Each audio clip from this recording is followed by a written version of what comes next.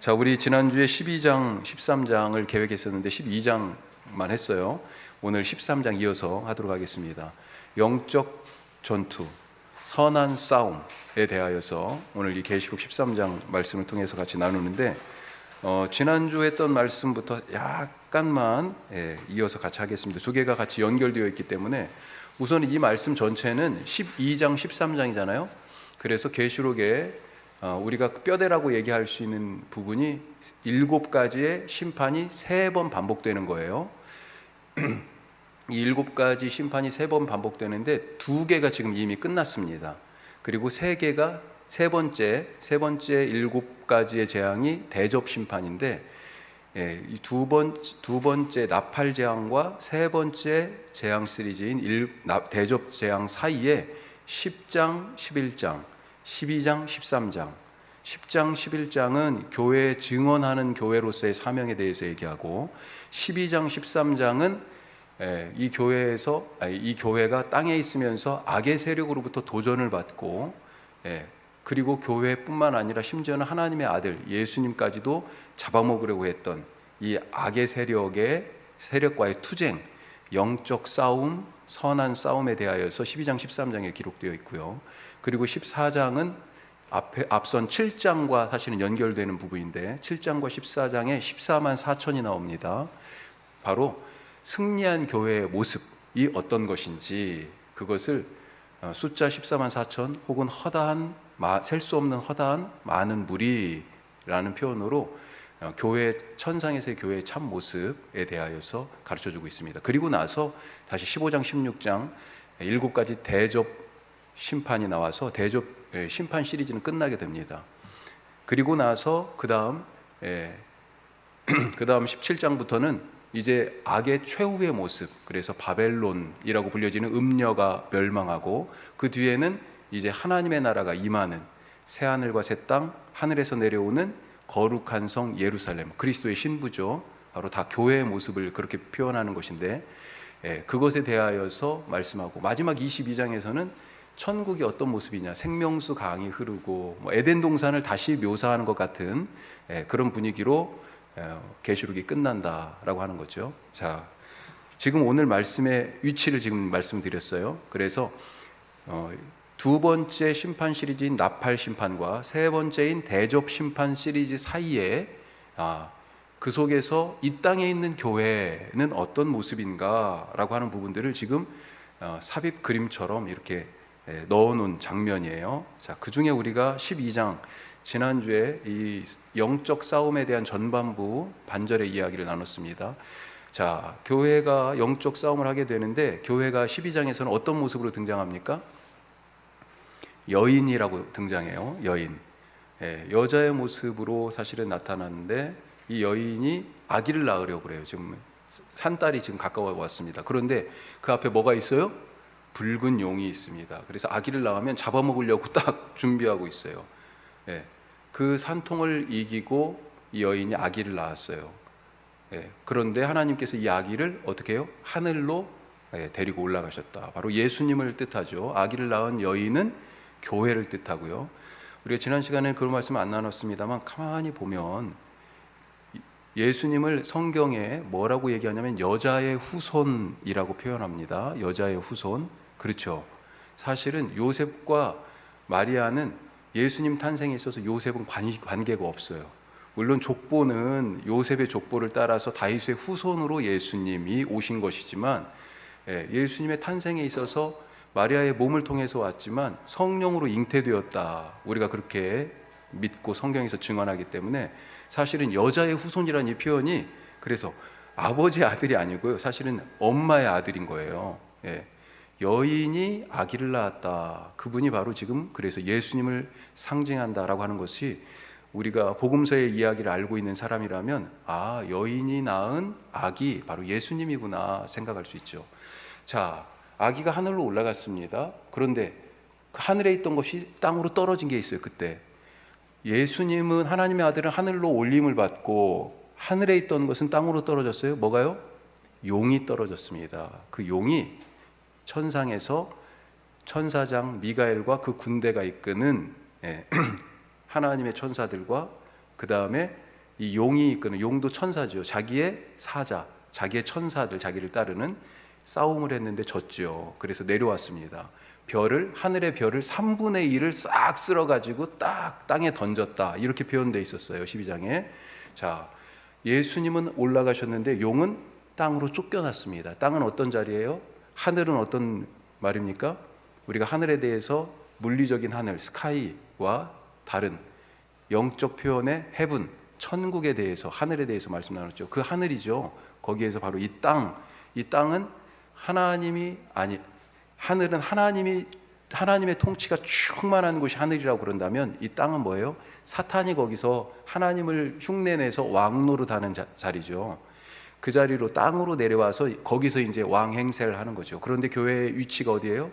바로 이 땅. 이게 지금 중의적 표현이에요. 사실은 이 땅에 교회가 있다라고 하는 거죠. 그래서 이 여인을 갖다가 땅에 남겨졌잖아요. 아들은 올라가고, 이 여인을 어떻게 하든지 해하려고 하는 거죠. 이 여인을 그래서 하나님이 보호하시기 위하여 어디로 데려갑니까? 광야로 데려갔습니다. 거기에서 얼마 있었습니까? 1260일. 혹은 한때, 두때, 반때. 한때, 두때 3년이에요. 반때니까 3년 반, 42개월. 42달 혹은 3년 반 혹은 1260일을 광야에서 보호하셨어요. 자, 그런데 마귀가 가만히 있어요. 이 사탄이, 용이 이 여인을 어떻게든지 없애버리려고 그래가지고 물을 확 뽑잖아요. 뿜어요. 가도록. 그런데 하나님이 어떻게 하셨어요? 이 여인을 보호하셨습니다. 어떻게? 땅을 열어가지고 그 물을 싹 흡수했어요. 12장 지금 말씀을 제가 지금 다시 드리는 거예요. 안 읽고. 그 보호 가운데 있었는데, 그러니까 이제 이 여인을 어떻게 할 수가 없는 거예요. 이 교회를. 그래서 이 용이 화가 나가지고 씩씩거리면서, 광야에서는 이제 어떻게 해볼 수 없으니까요, 다시 방향을 바꿉니다. 그래서 누구를 공격해요? 자, 보십시다.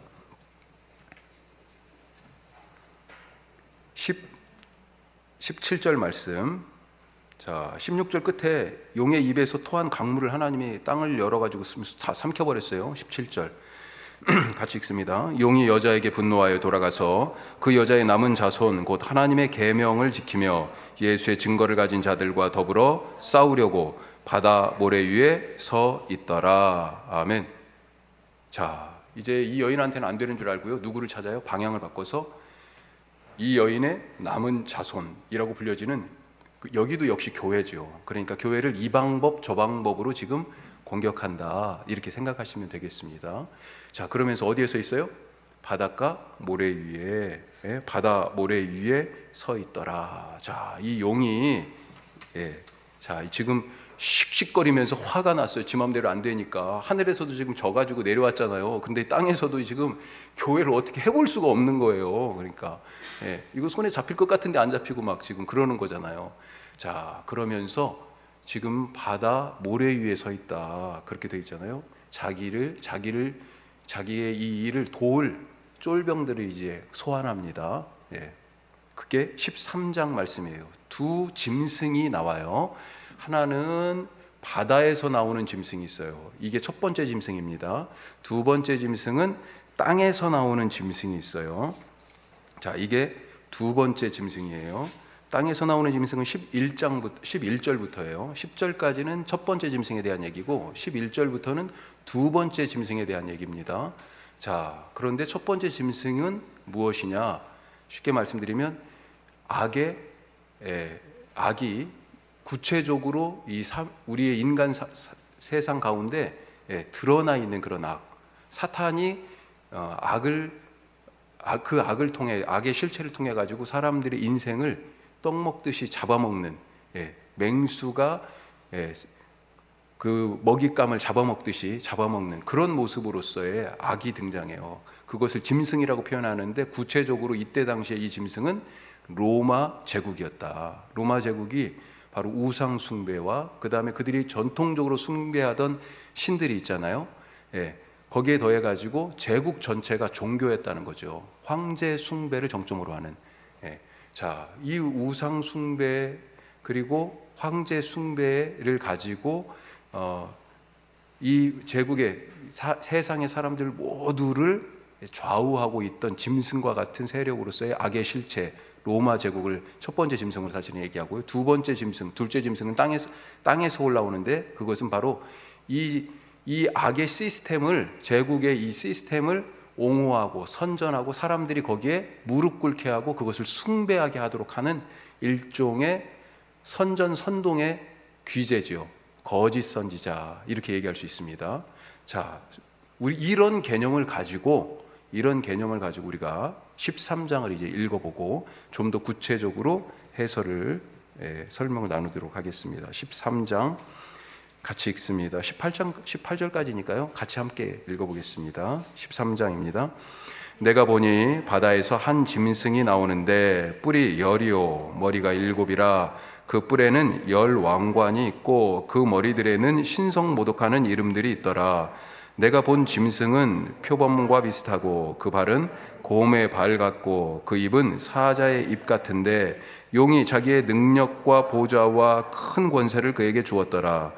그의 머리 하나가 상하여 죽게 된 것 같더니 그 죽게 되었던 상처가 나음에 온 땅이 놀랍게 여겨 짐승을 따르고 용이 짐승에게 권세를 주므로 용에게 경배하며 짐승에게 경배하여 이르되 누가 이 짐승과 같으냐 누가 능히 이와 더불어 싸우리오 하더라.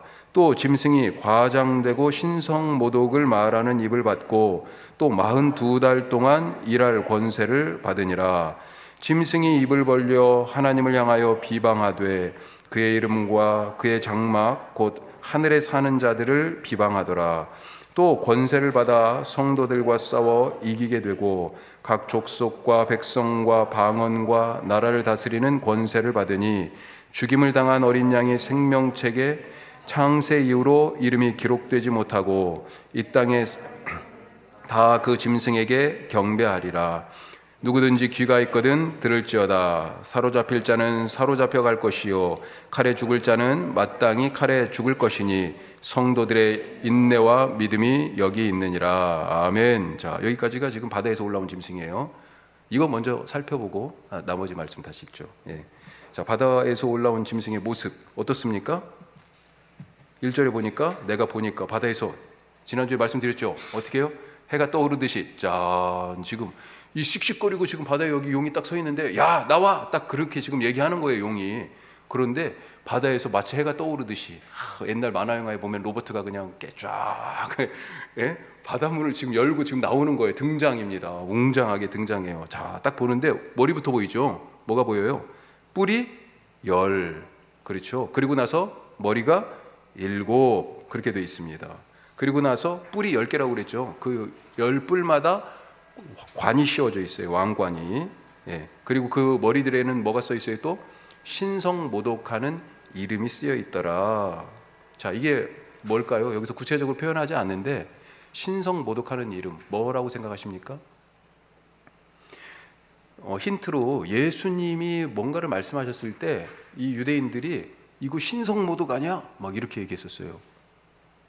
언제 그렇게 얘기했습니까? 하나님을 아버지라고 부렀을 때 자기하고 하나님을 동등됨으로 취했다라고. 네가 하나님이야? 신성모독이라고 하는 거죠. 또 내 죄가 사해졌느니라 이렇게 얘기할 때요. 아니 하나님 한 분만이 죄를 사할 수 있는데 네가 무슨 권위로 죄를 사한다고 그래? 그러면서 신성모독이라고 느꼈어요. 즉 여기에서 신성모독하는 이름 그런 걸 추정해 봤을 때 신성모독하는 이름이 써 있었다라고 하는 것은 자기를 하나님으로 참칭하는 어떤 이름이 아닐까, 그런 내용이 아니었을까 그렇게 생각해 볼 수 있습니다. 예, 내가 하나님이야. 내가 이제는 여기는 다 내 손바닥 아래 있어. 뭐 이런 거죠. 다 나한테 경배해야 돼. 이런 얘기죠. 하나님은 없다 선언하는 거고요. 자, 이 짐승이 어떤 모습입니까? 구체적으로 2절에 어떻게 돼 있습니까? 전체적으로는 표범의 모습이다. 자, 발은요 곰의 발, 입은 사자의 입. 야, 이건 뭘 얘기할까요? 짐승이 지금 그렇게 생겼어요. 예? 짐승의 난폭함, 잔혹함에 대해서 얘기하는 거죠. 이건 뭐냐면 네로가 이제 지금 좀 있으면 등장해요. 네로 전설이 여기에도. 자, 네로의 포악함이 연상되는 장면이다라고 하는 것입니다. 네로의 포악함이 연상되는 장면. 자, 그러면서 자, 이렇게 지금 나타났습니다. 나타났는데 이 짐승에 대하여서 3절에 보니까 그의 머리, 아까 머리가 몇 개요? 7개. 머리가 7개입니다. 머리가 7개인데 이 7이라는 숫자가 사실은 상당히 7 얘기를 하면 특히 지금 이 짐승이 로마 제국을 상징한다고 그랬잖아요. 예, 이 7이라는 숫자가 로마하고 연결되어 있어요.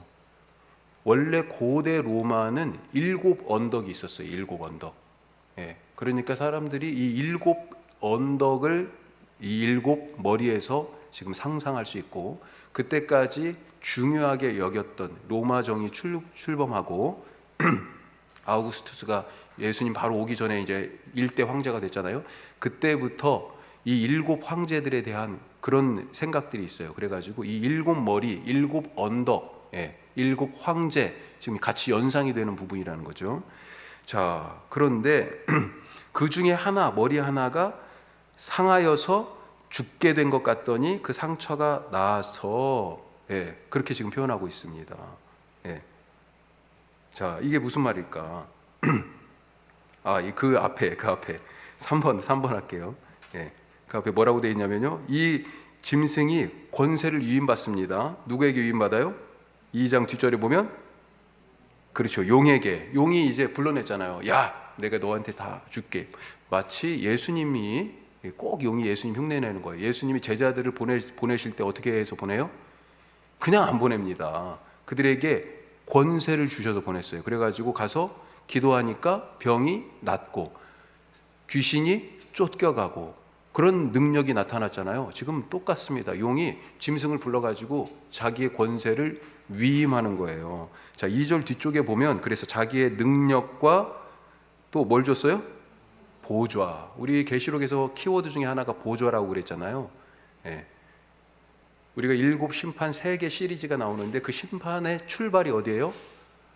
바로 그 앞서 있는 보좌에 대한 말씀. 계시록 4장 5장 하늘 예배에서의 보좌에 앉으신 이 그 보좌로부터 심판이 시작된다라고 하는 거죠. 근데 그 보좌에 지금 누가 앉아 있어요? 용이 앉아 있는 거예요. 사탄이. 딱 그러면서 그 보좌를, 그래 너한테. 그런데 예수님에게 하나님도 사실은 그러셨다는 거죠. 예수님이 승천하셨잖아요. 아까 아기가. 그래서 어디예요?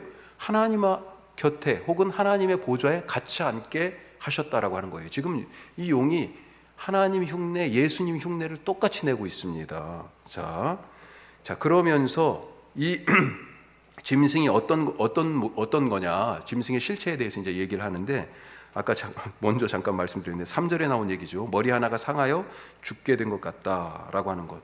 상처가 회복된 짐승이에요. 머리 하나가 상처가 아주 심해가지고 죽게 된 것 같았는데 그것이요 상처가 나았다라고 지금 표현하고 있습니다. 3절에. 이 상처의 회복에 대해서는 조금 있다가 다시 말씀을 드릴게요. 아주 한 챕터가 지금 뒤에 있죠. 5번에 있습니다. 상처 입은 짐승 해가지고 마지막 쪽에 보면 아예 한 챕터가 따로 있어요. 그 부분에 대해서는 다시 말씀을 드리고, 자, 이 짐승에 대하여 3장 뒷부분과 3절 후반부와 4절을 보면 그렇게 해가지고 상처가 나아가지고 온 땅이 놀랍게 여기고 짐승을 따릅니다. 4절 같이 한번 읽어봐요. 용이 짐승에게 권세를 주므로 용에게 경배하며 짐승에게 경배하여 이르되 누가 이 짐승과 같으냐, 누가 능히 이와 더불어 싸우리요. 이거 정말 이거 얼마나 의기양양해요. 이제 아무도 당할 자가 없다고 그렇게 얘기하고요. 짐승에게 경배할 뿐만 아니라 짐승을 통해서 용에게 지금 경배하고 있습니다. 그런 모습이에요. 자, 그래서 거기 뭐라고 쓸 수 있어요? 온 땅에 경배라고 지금 쓸 수 있어요. 자, 이 짐승이 얼마 정도 일하게 되어 있습니까? 5절에 보니까 이렇게, 야, 누가 덤빌 수 있어 나하고 나와봐, 막 지금 이렇게 과장되게 큰 소리로 자기를 과시하여 얘기하는데, 그렇게 신성모독을 막 말하는데 얼마 동안 하게 돼 있어요? 42달 동안, 자 42달이 아까 숫자가 지금 똑같아요. 기간 나오는 거 1260일, 횟수로 하면 3년 반. 여인이 광야로 가서 하나님의 양육을 받는 12장 6절의 말씀 1260일이고요. 그 다음에 12장 8절 이후에 13절 이후에 나오는 14절이죠. 한때 두때 밭때 3년 반하고 같은 숫자고요.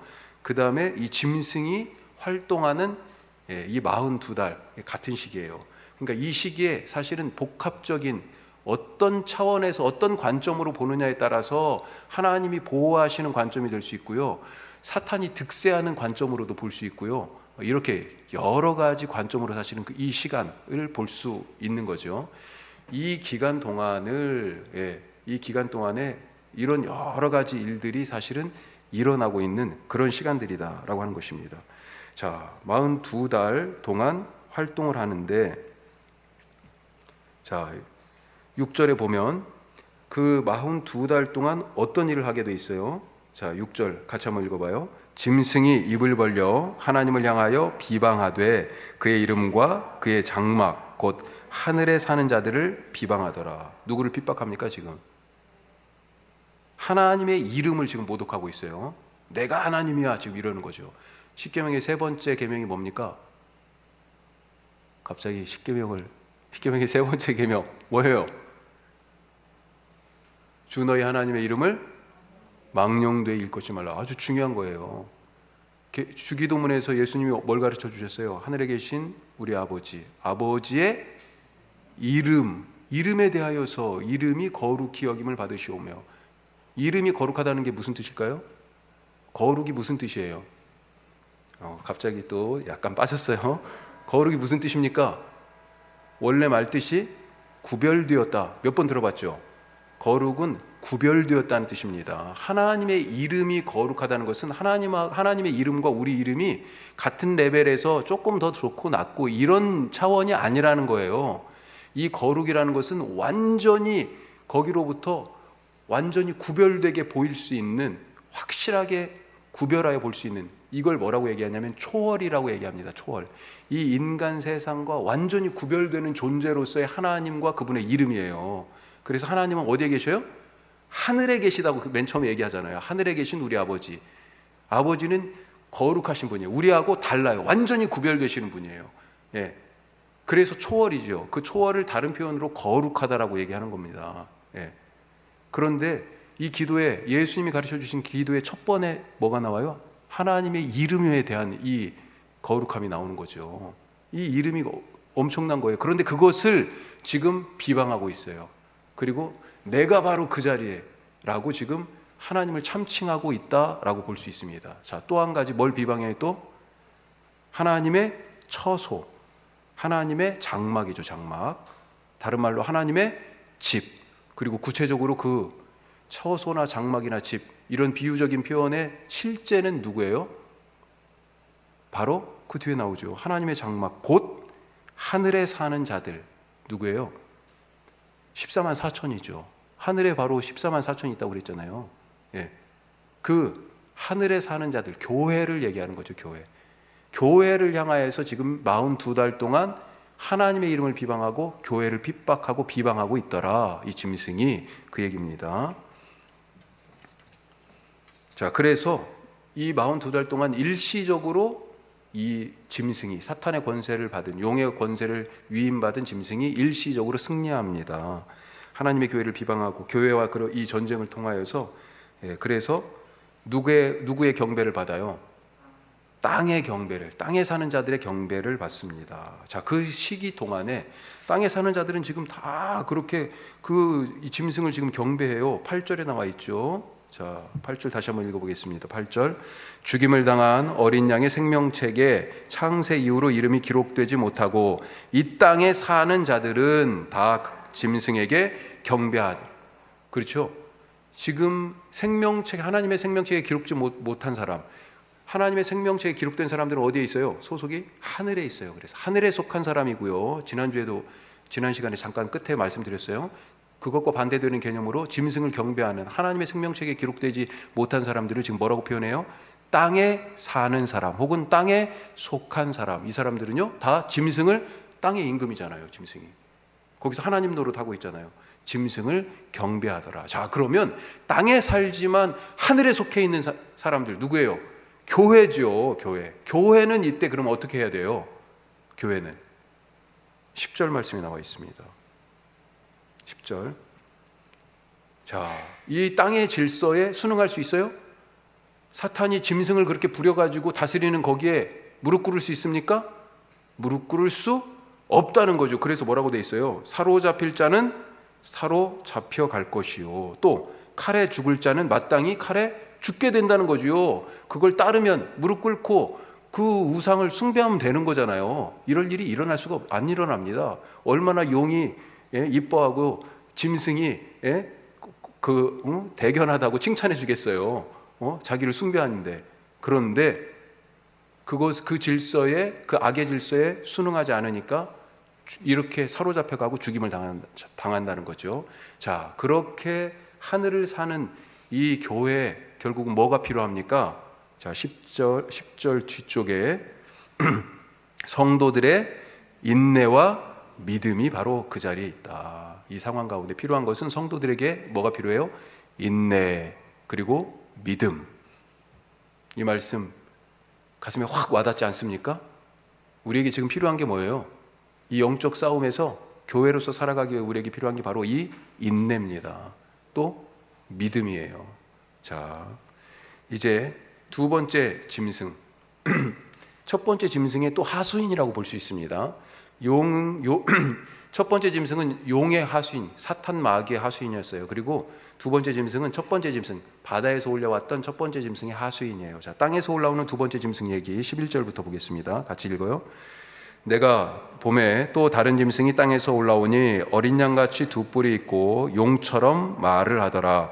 그가 먼저 나온 짐승의 모든 권세를 그 앞에서 행하고 땅과 땅에 사는 자들을 처음 짐승에게 경배하게 하니 곧 죽게 되었던 상처가 나은 자니라. 큰 이적을 행하되 심지어 사람들 앞에서 불이 하늘로부터 땅에 내려오게 하고 짐승 앞에서 받은 바 이적을 행함으로 땅에 거하는 자들을 미혹하며 땅에 거하는 자들에게 이르기를 칼에 상하였다가 살아난 짐승을 위하여 우상을 만들라 하더라. 그가 권세를 받아 그 짐승의 우상에게 생기를 주어 그 짐승의 우상으로 말하게 하고 또 짐승의 우상에게 경배하지 아니하는 자는 몇이든지 다 죽이게 하더라. 그가 모든 자 곧 작은 자나 큰 자나 부자나 가난한 자나 자유인이나 종들에게 그 오른손에나 이마에 표를 받게 하고 누구든지 이 표를 가진 자 외에는 매매를 못하게 하니 이 표는 곧 짐승의 이름이나 그 이름의 수라.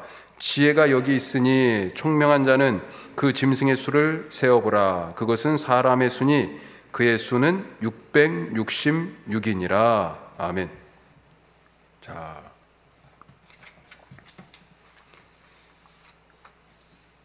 땅에서 올라온 짐승에 대해서 우리가 살펴보겠습니다. 자, 땅에서 올라온 짐승 어떤 모습입니까? 11절에 보니까 어린 양과 같이 두 뿔이 있고 또 뭐처럼요? 용처럼 말을 합니다. 이것도 얘도 흉내내고 있어요.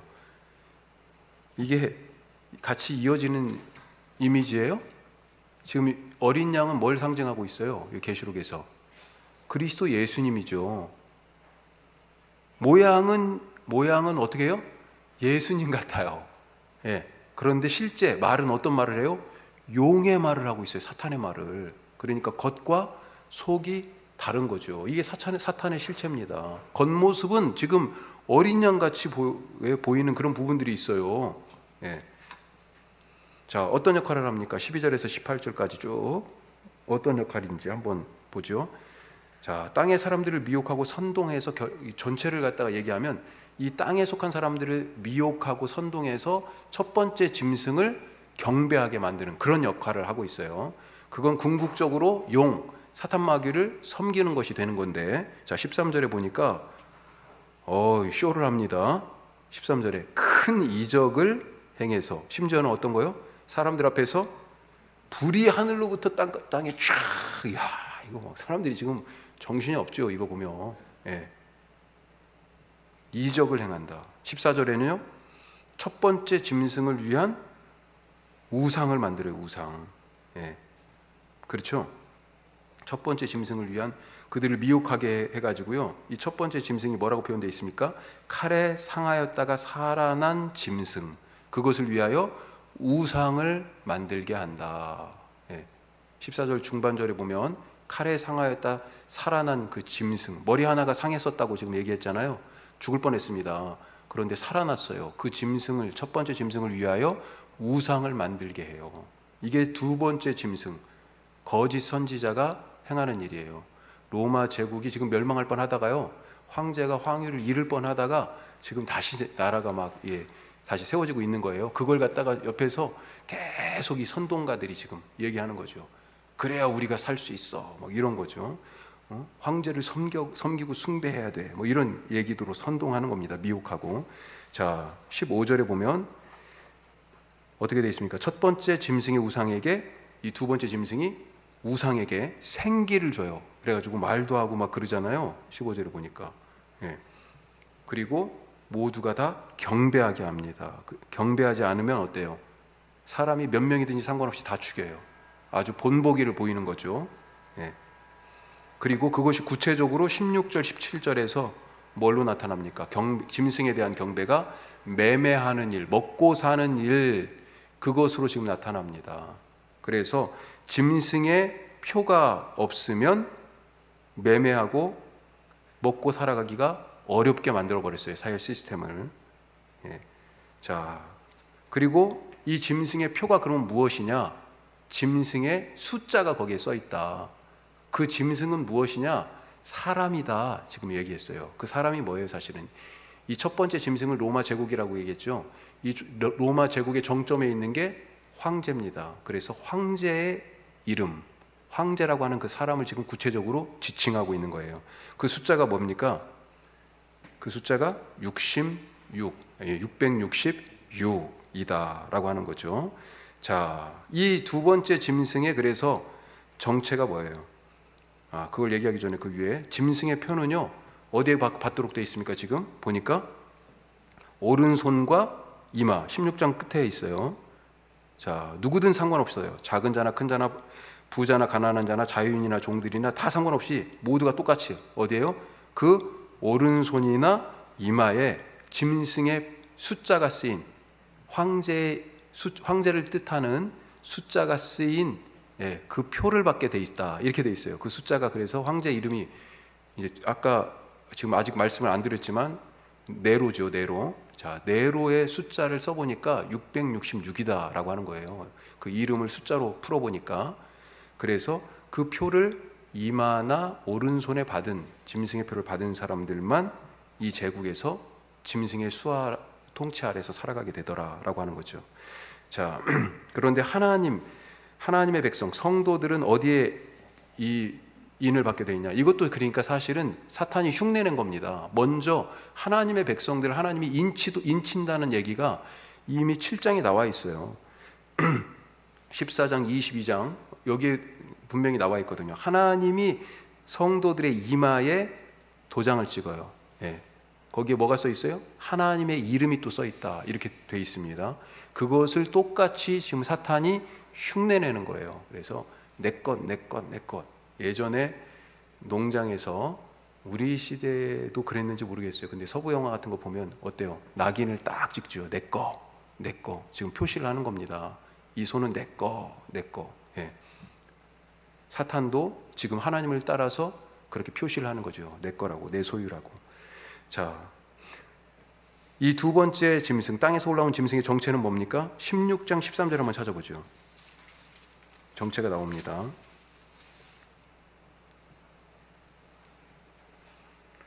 자, 용이 첫 번째 짐승을 불러냈어요. 그리고 또 한 짐승, 두 번째 짐승을 불러냈습니다. 이것이 어떻게 표현되냐면 16장 13절 같이 읽습니다. 또 내가 보매 개구리 같은 새 더러운 영이 용의 입과 짐승의 입과 거짓 선지자의 입에서 나오니, 이 두 번째 짐승을 거짓 선지자라고 분명하게 표현하고 있어요. 개구리 같은 더러운 영으로 지금 같이 영이 같아요. 영이. 예. 자, 또 한 가지 어디에 또 돼 있어요? 19장 20절.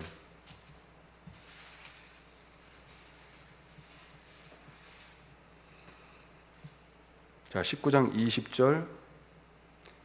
용이 잡히기 전에 20장에 보면 이제 1000년 동안 결박되어서 무적행에 던져져 있던 용이 일시적으로 풀려나요. 근데 용은 뭐라고요? 사탄 마귀입니다.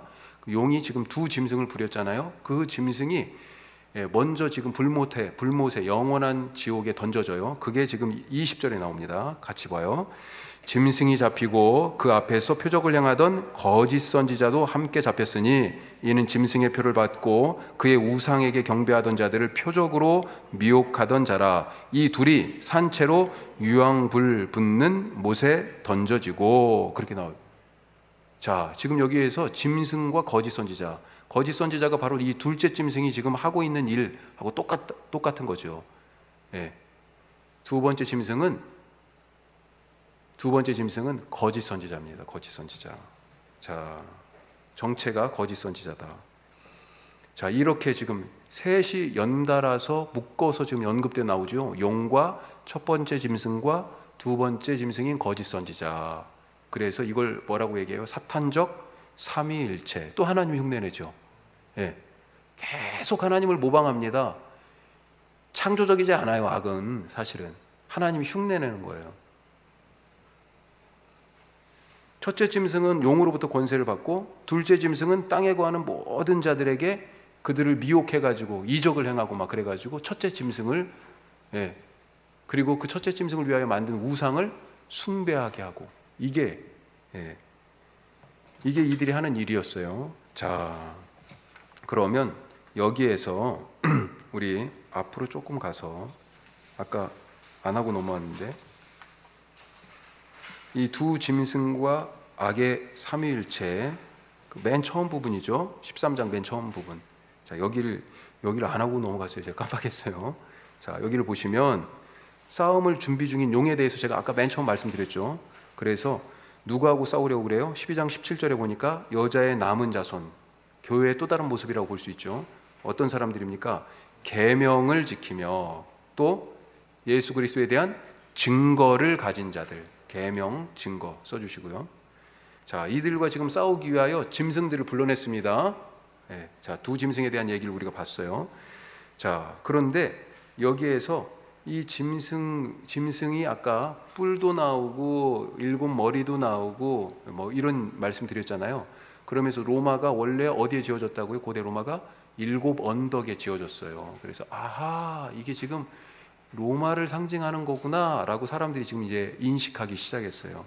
그러면서 뭐 어떤 걱정이 되냐면 네로에 대하여 생각해요. 네로에 대하여서. 왜냐하면 네로가 죽었습니다. 이때 계시록이 쓰여질 당시는 90년에서 95년, 그렇게 도미티아누스 황제 시절 즈음이다, 그렇게 얘기했어요. 그런데 네로는 60년을 전후해서 통치했습니다. 60년을 전후해서 약 30년 전, 한 세대 전에 로마를 아주 극악의 공포 가운데 몰아넣었던 네로가 죽었는데, 이 네로가 죽지 않고 유프라테스 강 건너편, 그러니까 지금의 이란인들이죠, 페르시아의 후예가 되는 파르티아 제국으로 도망갔다가 거기에서 다시 올 거다라고 하는 그런 전설이 있었는데, 그런 부분들이 지금 생각나는 거예요. 왜요?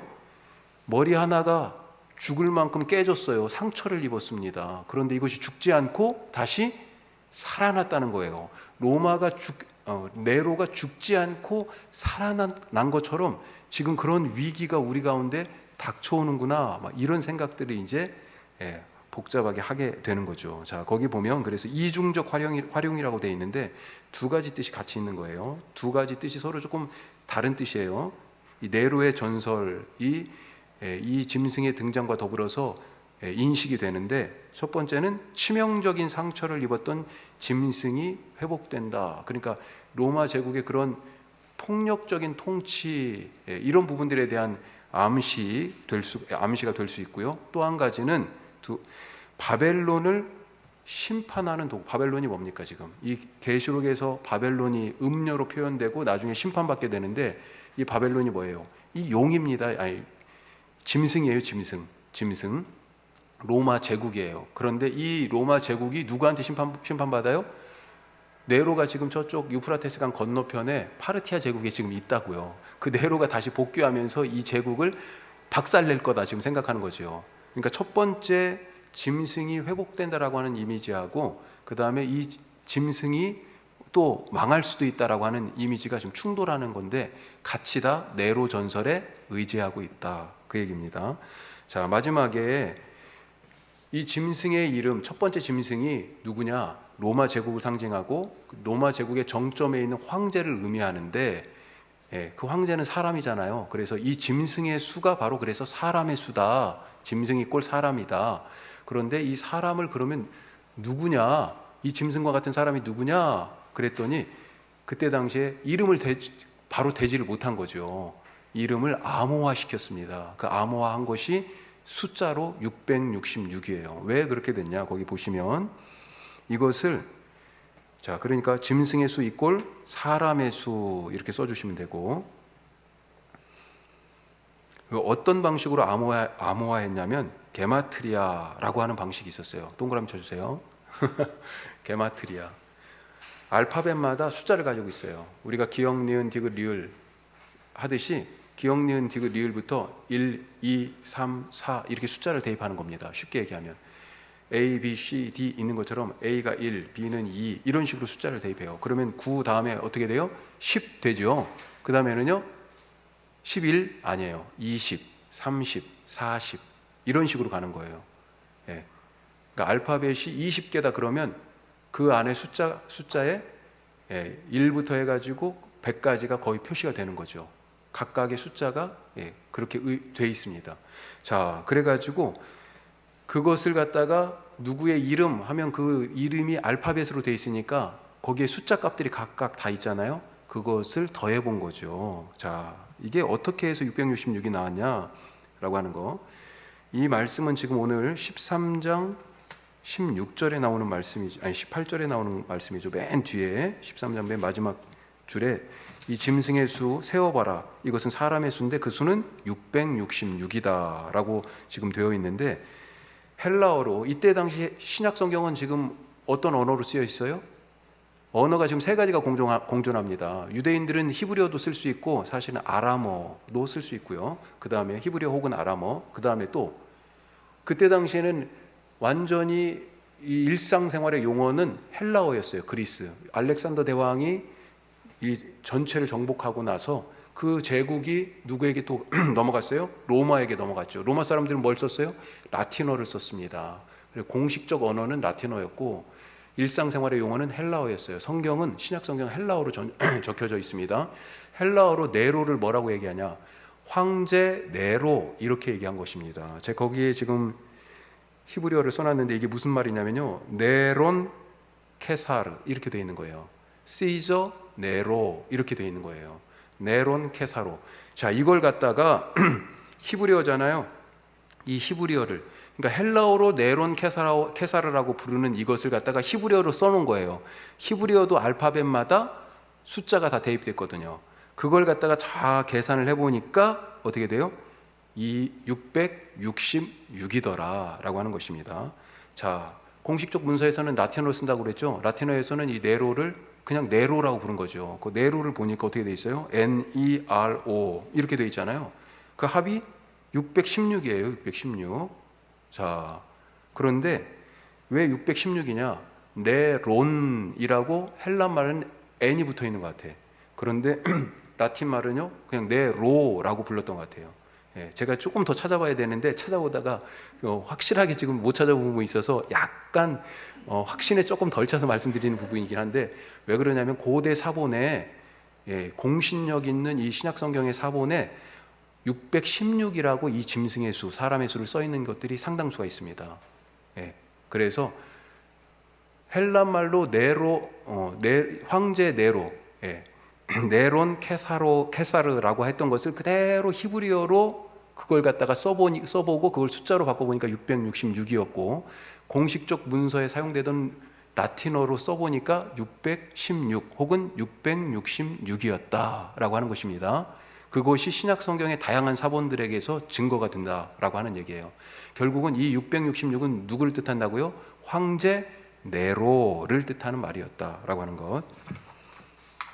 오늘도 생각보다 시간이 이렇게 빨리 가죠. 예, 마지막 상처 입은 짐승에 대한 말씀을 좀 나눠보죠. 자, 첫 번째 이 짐승 상처를 입었어요. 머리가 7개인데 하나가 지금 깨졌어요. 죽을 만큼의 상처를 입었습니다. 자, 이 죽게 되었던 자가 나았다라고 지금 얘기하고 있는데 이것이 이 13장에서 반복해서 나타나요. 3번이나 3절에도 그 표현이 나타나고 12절에도 나타나고 14절에도 이 짐승이 죽을 뻔하다가 살아났다라고 지금 얘기하고 있습니다.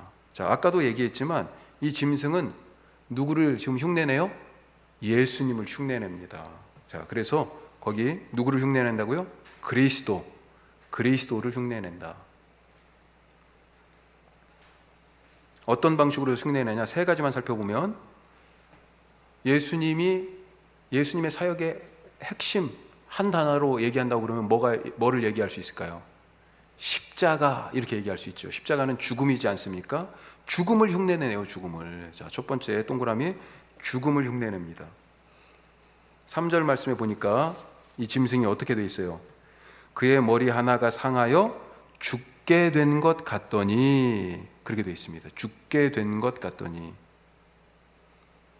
이것은 앞에 예수님에 대하여, 그리스도에 대하여서 천상 예배에서 요한이 본 예수님에 대한 장면의 묘사, 예수님을 뭐라고 얘기했어요? 그때 일찍이 죽임당한 어린 양이다, 그렇게 표현했는데 지금 그걸 흉내내고 있는 거예요.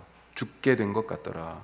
그런데 이 짐승은 완전히 죽은 것이 아니에요. 지금 죽게 된 거죠.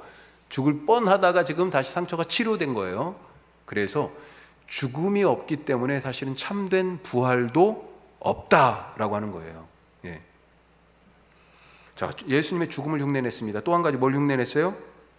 경배받는 것. 예수님이 4장 5장은 하나님이 경배를 받고 그리스도가 경배를 받는 것인데 이 용이요 자꾸 경배받는 지금 흉내를 내요. 거짓 선지자가 우상, 이 짐승의 우상을 만들어 놓고 사람들을 미혹해서 경배해라, 경배해라. 그게 두 번째 짐승인 거짓 선지자의 일이었어요. 자, 그래서 우주적인 경배를 받는 걸 흉내냅니다. 자, 세 번째 또 이 상처 입은 짐승이요, 권세를 위임받았어요. 아까 보좌에 대한 말씀 잠깐 나눴었죠. 권세를 위임받습니다. 예수님 그리스도를 흉내낸다. 자, 그런데 상처를 입었다고 그랬잖아요. 어떤 상처일까? 죽을 만큼의 그 상처가 무엇이었을까? 자, 이 상처가 칼에 의한 상처다, 그렇게 지금 얘기되고 있어요. 자, 그런데 이 칼이 뭔가? 이 칼이 사실은 아까 네로 전설에 이 칼 얘기가 나옵니다. 네로가 칼로 자살을 했다, 이런 소문에 근거해 있다라고 하는 거죠. 자, 그러면서 상처라는 말이 사실은 헬라 말로 플레케라는 말인데 이 말이 지금 이 계시록에서 2가지 의미로 같이 쓰이고 있다는 거예요. 용이 당한 이 상처뿐만 아니라 계속해서 21번이나 나오는 재앙, 이 재앙의 단어가 같은 단어예요. 지금 어떤 때는 문맥에 따라서 상처가 되고 어떤 때는요 재앙이 되는 것입니다. 자, 그러면 지금 그러니까 계속해서 하나님으로부터 심판, 재앙, 상처를 입게 되는 거죠. 그런데 구체적으로 하나님이 사용하시는 그 도구가 무엇일까? 그 칼이 무엇일까? 하나님 사용하시는 칼이 뭡니까?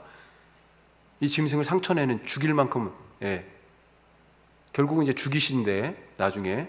그런데 그 도구가 뭐예요? 하나님이 사용하시는 칼이, 찾아보죠. 1장 16절. 그리스도 예수님께서 사용하시는 칼이 1장 16절. 예수님에 대한 묘사가 1장 12절부터 쭉 있어요. 자, 하늘에서 큰 음성이 나가지고 딱 보니까 7 금촛대 사이에 거니시는 분이 있어요. 그분의 모습을 쭉 보니까 1장 16절 뭐라고 되어 있습니까? 같이 읽어요. 그의 오른손에 7 별이 있고 그의 입에서 좌우에 날선 검이 나오고. 자, 입에서 날선 검이 나온다. 그리고 2장 12절. 자, 여기에서도 나와요. 버가모 교회 사자에게 편지하라. 좌우에 날선 검을 가지시니. 예수님이 교회에 편지하시는 주체로서 쭉 7교회 얘기할 때 나오죠. 그런데 버가모 교회는 예수님을 입에 날선 검, 좌우에 날선 검을 가지신 분으로 그렇게 표현하고 있습니다. 자, 16절, 2장 16절에 보니까 뭐라고 돼 있어요? 그러므로 회개하라. 그리하지 아니하면 내가 내게 속히 가서 내 입에 검으로. 자, 여기서 이제 뭔가 좀 구체적으로 나오죠. 검이 어디에 있어요? 입에 있어요. 입에. 자, 그래서 뒤로 19장 15절에 가면 19장 15절 같이 읽어요. 그의 입에서 예리한 검이 나오니 그것으로 만국을 치겠고. 자, 11절부터 뭐냐면요, 백마를 타고 오시는 분으로 예수님을 묘사합니다. 천군 천사들을 데리고 와서 이제 하나님을 대항하려고 만국에서 짐승의 수하가 되어가지고 용의 지위를 받으면서 싸우려고 모인 이 전쟁, 마지막 최후의 결전이죠. 최후의 이 전투에서 예수님이 지금 검으로, 그 입의 검으로 다 물리치시는 거예요. 예. 자, 그러면서 21절, 19장 21절 한 번 더 읽어요. 그 나머지는 말탄 자의 입으로부터 나오는 검의 죽음에 모든 새가 그들의 살로 배불리더라. 자, 예수님의 입에서 나오는 검, 칼, 뭡니까? 예수님의 말씀이에요, 말씀. 그래서 성도들도 바로 이 무기를 사용한다는 거죠. 용과 싸우는 이 영적 전투에서 성도들이 사용하는 칼, 예수님이 사용한 칼은 말씀이었는데 성도들이 사용하는 칼은 뭡니까? 그러면 바로 증언하는 말씀. 예전에 지금 이미 12장 13장에서 성도들을 규정한 얘기예요. 성도가 누구냐? 바로 그리스도의 말씀으로 증언하는 사람들. 말씀을 이미 갖고 있어요. 그 말씀의 증언을 통하여 사탄이, 짐승이 타격을 받는다고요. 상처를 입습니다. 하나님의 계명을 지키는 자로 성도들을 얘기해요. 그때 바로 그리스도 예수님의 입에서 나오는 그 검이 그 짐승을 찌른다고요. 우리에게 그 이미 이 영적 무기가 주어져 있음을 믿으시기 바랍니다. 자, 언제 이 상처를 결정적으로 입었을까요? 십자가에서죠. 십자가에서. 예. 이 장면이 어디에 미리 예견되어 있냐면요, 이 짐승이 상처를 입는다라고 하는 것이 인간이 범죄할 때부터 이미 하나님이 말씀해 놓으셨습니다. 마지막으로 창세기 3장 15절.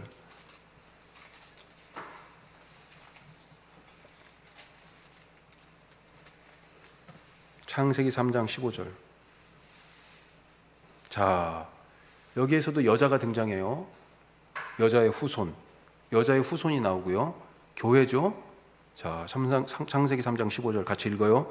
내가 너로 여자와 원수가 되게 하고. 여기서 너가 누구예요? 뱀입니다. 뱀. 계시록에서 옛 뱀을 용을 옛 뱀이라고 얘기했죠. 그 뱀이 지금 여기 나와요. 다시 읽습니다. 내가 너로 여자와 원수가 되게 하고 내 후손도 여자의 후손과 원수가 되게 하리니 여자의 후손은 내 머리를 상하게 할 것이요 너는 그의 발꿈치를 상하게 할 것이니라. 아멘. 우와, 계시록 말씀하고 딱 들어맞죠. 예. 이 용의 머리가, 이 용의 하수에 있는 짐승의 머리가 지금 이렇게 깨졌습니다. 여자의 후손, 바로 예수님이죠. 그런데 또 누구예요? 바로 교회인 우리입니다. 우리. 예수님이 그 입의 말씀으로 그를 죽이시듯이 우리가 증언하는 예수 그리스도에 대한 이야기, 그 말씀으로, 우리가 지키는 하나님의 계명으로 짐승이 치명상을 입어요. 이 선한 싸움에서 말씀으로 승리하시고 그 가운데에서 땅을 통치하고 그 포악한 짐승의 모습으로 사탄이 그렇게 땅을 통치할 때 성도들이 어떤 태도를 가져야 한다고요? 인내와 믿음으로, 또 이 말씀으로 지금 이 시간을 승리하실 수 있기를 주님의 이름으로 축복합니다. 기도하겠습니다.